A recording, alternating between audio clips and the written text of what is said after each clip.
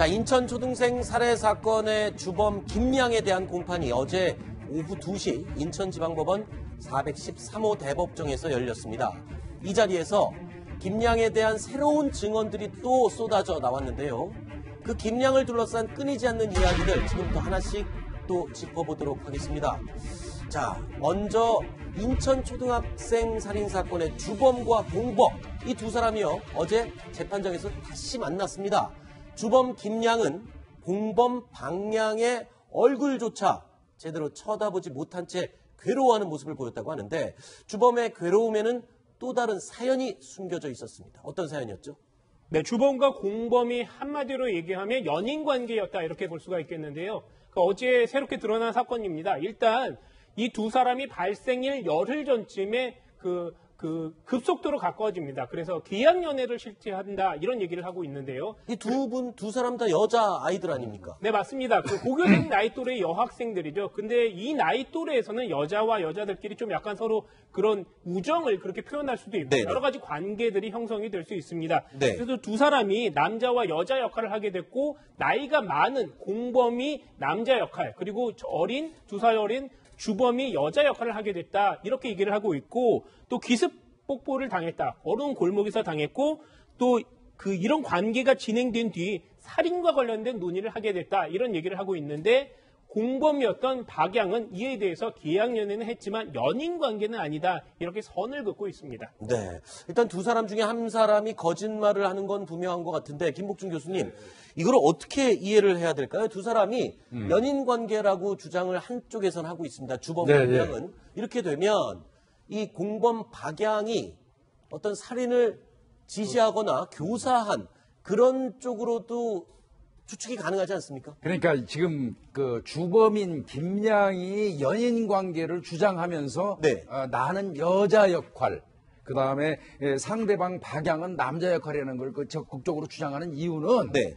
살인을 교사했다는 것을 강화시키기 위해서 이 증언을 하는 거예요. 그러니까 공범 박양이 나를 시켜서 나는 살인을 했다. 그렇죠. 그러니까 일반적으로 그렇지 않습니까? 물론 이게 직접 교사범이라는 거를 입증할 수 있는 어떤 인과관계를 확정할 수 있는 건 아니에요. 네. 그렇다 손 치더라도 남남보다는 살인을 교사하고 지시할 수 있는 관계에 있어서 연인 관계일 때는 좀 더 받아들일 확률이 높잖아요. 시키는 일에 대해서. 더군다나 이 두 사람은 그 이전에 또 캐릭터 커뮤니티에서 네. 마피아 게임을 일주일간 했지 않습니까? 네. 그때도 이 박양이 중간 보스 역할, 그 다음에 김양이 그 밑에 이 부하 역할을 하면서 네. 한번 또 이 케미를 맞춘 적이 있단 말이죠. 네. 그래서 이제 이런 부분을 김양은 계속 주장함으로 인해서 박양이 나한테 살인을 교사했다. 이거를 네. 좀 강화시키려는 의도로 얘기하는 것입니다. 이게. 자, 이 범행을 저지를 그 당시에 주고받았던 문자 메시지를 보면요. 공범 박양이 내가 얽힐 일은 없나요? 라고 하니까 주범 김양이 없도록 할게. 일단은 내 정신 문제라고 서술하고 있어. 지금 재판 받으면서 했던 얘기입니다. 전과 붙일 일 없도록 장담할게. 미안해. 이기적이라서. 나 당신 많이 좋아해. 기다릴게. 믿어줄래요. 이런 식으로 마치 연인의 대화처럼 나오는데 이때까지만 해도 둘의 관계가 굉장히 신뢰가 두터웠는데 어제 재판정에서는 김양이 지금 박양이 시켜서 한 거라고 몰아가는 걸 보면 화살을 지금 공범 박양에게 돌리고 있어요. 이거는 서로 이제 관계가 깨졌다고 봐야 되는 거겠죠? 깨지기도 했고요. 김양의 입장에서는 교사를 받아가지고 했다 그러면 형량이 반드시 깎여요. 반드시 깎이겠죠. 그렇죠. 내가 의지적으로 한 게 아니라 그럼요. 누가 시켜서 했었다. 그래서 김양의 의도는 나는 지시에 의해서 했기 때문에 좀 감경해달라 이런 의미가 내포돼 있다고 봐야 되거든요. 네. 그런데 이제 그러니까 박양 입장에서는 절대 아니라고 그러는데 이거는 저 두 사람이 평행을 달리고 있는 상태에서는 입증할 수 있는 방법이 달리 없고요. 네. 지금 검찰이 미국의 트위터 운영사에다가 네. 이들의 SNS 내용을 이달 말까지 복원해가지고 회부해달라고 의뢰를 한 상태예요. 네. 그게 오는 게 이 사건의 가장 깔끔한 해결 방법인데 미국 측의 협조가 어떨지 모르겠습니다. 그렇군요. 네. 자, 일단은 김양 같은 경우에는요. 주범 김양은 심신미약 상태에서 저지른 범죄라고 줄곧 지금까지 주장을 해오고 있습니다. 그런데요. 이 초등학생 피해 아이에 대한 죄책감보다 더 괴로워하고 슬퍼하는 이유가 있었습니다. 어이없게도요. 벚꽃을 보지 못한다. 즉 감옥에 있어서 벚꽃을 보지 못한다. 이 부분이 본인에겐 굉장히 슬픈 일이다라고 황당한 진술을 했습니다. 자, 그러니까 감옥에 있으면서 허송세월을 보내야 된다. 그래서 밖에 나가서 벚꽃을 보지 못하는 게 가장 힘들고 슬프다라고 얘기를 하는가 하면 검사님이 얼굴이 잘생겼다. 뭐 이런 얘기를 했다고 하는데 이게 지금 제정신입니까? 어떻습니까? 이게요. 아마 그 즈음에 이들이 할 때가 그 즈음에 이제 벚꽃이 필 때 맞습니다. 네. 그런데 이제 벚꽃을 보지 못해 슬프다. 자기는 사람을 어린아이를 살해해가지고 사체 훼손까지 한 사람이 이런 말을 한다는 게 이상하잖아요. 네. 맞습니다. 어제 증언했던 그 김 교수 얘기대로 사이코패스일 확률이 압도적으로 많다고 보여지는데 자 그러면 사이코패스의 특징을 좀 우리가 한번 얘기해 보자고요. 네. 일단 죄책감이 없습니다. 네. 전혀 뭐 자기 그 죄에 대해서 죄책감이 없고 공감 능력이 결핍돼 있다는 거죠. 네. 그러니까 지금 자신이 살해하고 들어온 거에 대한 어떤 반성, 죄책감 이런 게 전혀 없는 상태니까 네. 우선 자기가 이거 관심 가지고 있는 벚꽃에 신경 쓰이는 거예요.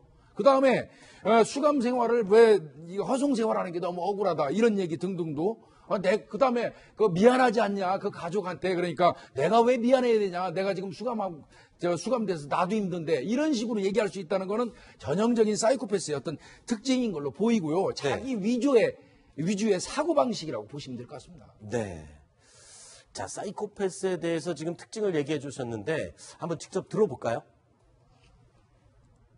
맨날 울고 이제 좀 정신 차려 반성하고 있는 것 같아요. 처음에는 제정신이 아니더니 나가지 말래요. 분리시켜놓고 얼마나 동물이 있고 하는데 제가 해가 지금 집에 놓지 않아요. 이 부분은요. 네. 지금 이 가해자 김양의 아버지가 그렇죠. 의사지 않습니까? 네. 그래서 이제 아버지한테 이제 뭐 물어볼 수 있다는 거 해부 관련돼서 물어볼 수 있는 위치에 있지 않습니까? 네. 이 김양이 이제 그런 부분. 그래서 이제 그런 보도가 나오니까 아버지가 자기 딸이 처음에는 사건 직후에는 제정신이 아니었는데 최근에 좀 이제 맨정신으로 돌아온 것 같다. 그러니까 자기 딸 편을 지금 드는 거잖아요. 현재는 그 내용의 인터뷰입니다. 네. 예. 자, 이제 본인의 딸은 사이코패스가 아니다. 정상이다. 그리고 동물도 죽이지 못한다. 이런 식으로 지금 감싸고 도는 그런 김양의 아버지의 얘기를 들어봤는데 이 주범 김양의 아버지조차 자신의 딸에 대해서는 전혀 알지 못했던 것 같습니다. 이 주범 김양은요. SNS에다가 이런 글을 띄웠었습니다. 육체훼손 시톱은 절단면이 지저분해지지만 죄송합니다. 육체훼손 시 죄송합니다. 톱은 절단면이 지저분해지지만 뼈와 힘줄을 잘라내기가 훨씬 쉽다. 이런 식으로 해부와 이 분리에 대한 글을 써놓은 게 있고요. 또 이런 얘기도 있습니다. 아버지가 의대 나왔다.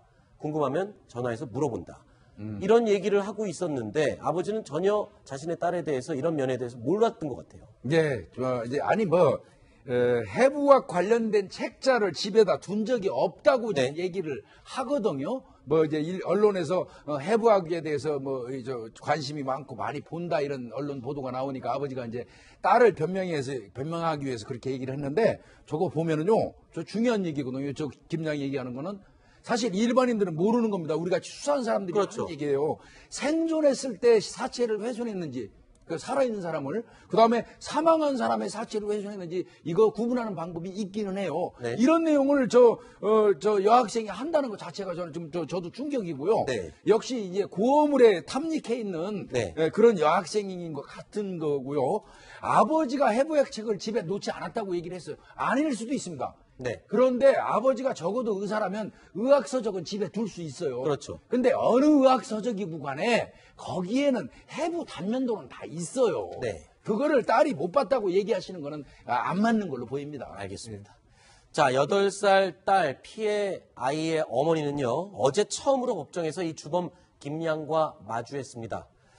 그런데 어머니는요. 재판 내내 끝까지 눈물을 흘린 거나 울지 않았습니다. 의연한 모습으로 재판을 끝까지 지켜봤고요. 그리고 또 이 사건에 대해서 담담히 이런 얘기를 했습니다. 아이의 마지막 길에 예쁜 옷을 입히고 싶었는데 그럴 상태가 아니어서 옷을 조각조각 잘라서 입혔어요. 어른들은 아이가 죽으면 가슴에 묻는 거라고 하는데 그렇게 보낼 수가 없어서 수목장을 했습니다. 내 아이는 그렇게 가서는 안 되는 아이였어요. 이렇게 얘기했습니다. 자, 이번 소식 여기까지 살펴보도록 하고요. 다음.